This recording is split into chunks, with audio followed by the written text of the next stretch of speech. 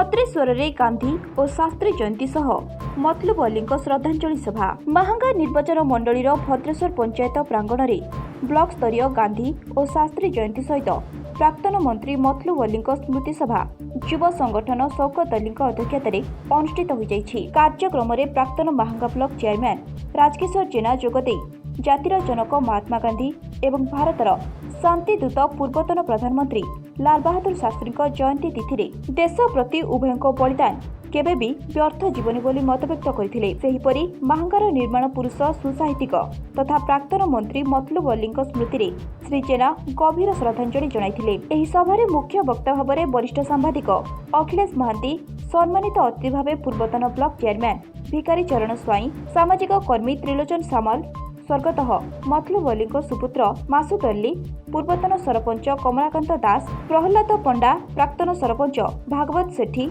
समाजसेवी विपिन बिहारी स्वाई, प्रद्युम्न बारिक, आकाश प्रधान, रंजन प्रधान, ब्रजकिशोर जेना, रत्नाकर प्रधान, गदाधर पाणी, मंथन खटुआ प्रमुख जोगदे राष्ट्र गठन में गांधी और शास्त्रीजी अनन्य अवदान एवं महांगार कला साहित्य एवं सर्वांगीन विकास पर्व में स्वर्गतः अली योगदान अन्य मानक पई प्रेरणार उत्स बोली कहिथिले।